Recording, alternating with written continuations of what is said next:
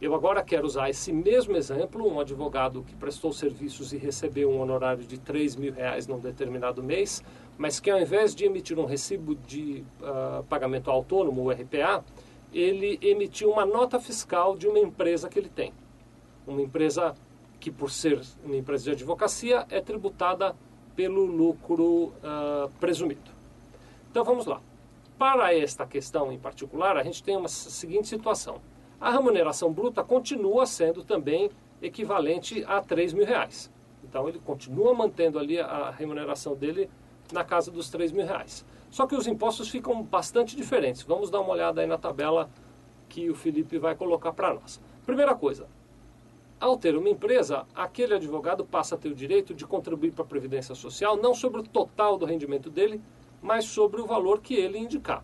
Eu estou supondo aqui que esse advogado vai fazer a escolha de pagar o INSS dele sobre um salário mínimo. Portanto, ele pagará apenas R$ 40 de INSS. O imposto sobre serviço é uma questão que vai ficar aí até um tanto sob júdice, ou seja, vai depender de algumas características. Eu vou explicar aqui rapidamente para vocês. As empresas que têm uma coisa que nós chamamos de atividade uniprofissional, ou, por exemplo, uma sociedade de advogados. Uma sociedade de advogados, ela não paga ISS sobre o faturamento dela. Ela paga ISS por um valor fixo para cada profissional que faça parte da sociedade.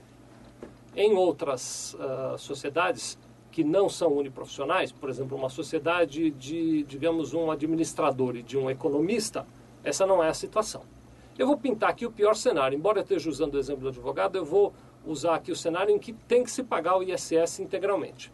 Então, o segundo item dessa nossa tabela mostra que tem que pagar um ISS de 5% sobre o total dos serviços prestados, ou seja, 5% de R$ 3.000, que daria R$ 150.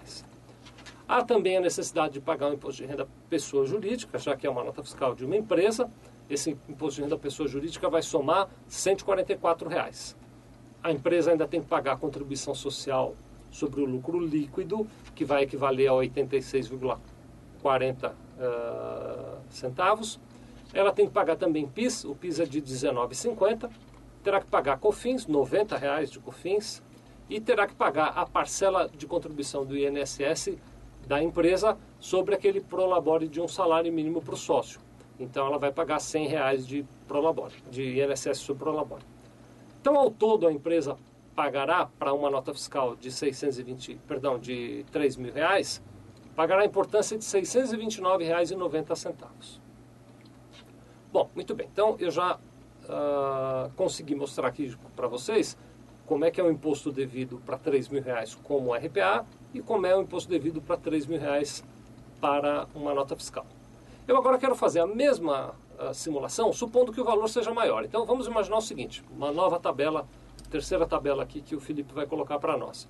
Imagine que aquele mesmo advogado, ao invés de ter um recebimento de R$ 3.000 num determinado mês, ele teve um recebimento de R$ 10.000 num determinado mês. Muito bem, ele vai pagar um imposto de renda retido na fonte maior. Neste caso, para R$ 10.000, o imposto seria de R$ 2.057,22. Ele vai pagar também uma contribuição para o INSS diferente, R$ 375,82, e vai ter um total de custos sobre aquele RPA de R$ 2.433,04. Muito bem. Da mesma maneira, nesse caso em particular, o tomador do serviço, aquela empresa, se for uma empresa que contratou o serviço, ela também tem que recolher a contribuição dela para a Previdência Social. E, portanto, ela vai pagar 20% dos 10.000, que dará R$ 2.000 lá para a Previdência Social, contratando um autônomo. Bom, se esse advogado tiver a mesma receita de R$ 10.000 e emitir uma nota fiscal de prestação de serviço, o que acontece? Vamos dar uma olhada aqui na tabela 4 que vai ser apresentada para vocês agora. Então, olha só. Com R$ 10.000 de nota fiscal de prestação de serviço, nós vamos ter o seguinte. O ISS seria equivalente a R$ 500, o imposto de renda R$ 480, a contribuição social R$ 288, o PIS R$ 65, a COFINS R$ 300, a contribuição do INSS sobre o prolabore da parte da empresa seria de R$ 100, considerando um prolabore de um salário mínimo, e o total de custos seria de R$ 1.733. E nesse caso, sendo uma empresa de prestação de serviço, o contratante não tem custo nenhum com o INSS. Mesmo sendo um contratante de pessoa jurídica, ele simplesmente paga os 10 mil reais lá para a empresa que ele contratou. Bom, eu agora quero fazer uma totalização e depois a gente vai conversar um pouquinho. Vamos dar uma olhada agora na tabela 5, o Felipe vai montar para nós. A tabela 5 nada mais é do que um resumo do que a gente viu nas tabelas anteriores, tá bem? Então, olha só. O total, naquele exemplo em que a gente tinha uma remuneração mensal de 3 mil reais, o total de rendimento líquido usando um RPA era de R$ 2.454,80.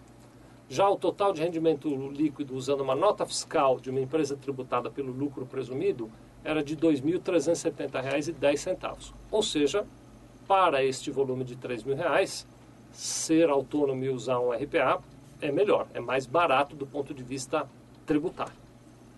Agora, quando nós comparamos a remuneração mensal de 10 mil reais, a gente chega numa situação em que o total de rendimento líquido, considerando a emissão de um RPA, é de R$ 7.566,96, contra um total de rendimento líquido com a emissão de uma nota fiscal de R$ 8.267. São R$ 700 de diferença. Aquele advogado pode economizar R$ 700 usando uma empresa. Agora, para uma correta compreensão dessa questão, é importante que você tenha em mente alguns detalhes que ficaram aí ao longo da nossa conversa e para os quais eu gostaria de chamar a sua atenção. Primeiro detalhe, o tomador do serviço, sempre que pede um RPA, tem que pagar 20% sobre o preço do serviço tomado para o INSS, o que encarece o serviço para ele. Então, embora esses números que vocês viram agora há pouco sobre RPA e nota fiscal, eles demonstrem uma determinada situação, é preciso pensar no teu cliente, no tomador do teu serviço, que vai ter, se contratar você com RPA, que pagar 20% lá para o INSS também. Agora, outra questão importante, ainda também voltando na questão do INSS, para os cálculos com aquele advogado como prestador de serviço autônomo, nós sempre fizemos a contribuição para o INSS sobre o teto máximo e, portanto, ele garantia uma aposentadoria sobre um valor grande.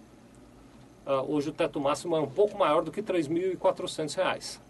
Agora, para os casos em que nós usamos a nota fiscal de uma empresa prestadora de serviço e optante do lucro presumido, nós consideramos a contribuição sobre um salário mínimo para o INSS e, portanto, ele vai se aposentar com um salário mínimo quando chegar a hora da aposentadoria dele. Então, existem essas duas nuances importantes que você tem também que considerar na hora de fazer a comparação entre RPA e empresa prestadora de serviço do lucro presumido. Eu imagino que pode ter ficado alguma dúvida, mas você fique à vontade para ligar ou escrever para nós te ajudarmos na compreensão dessa questão. Muito obrigado.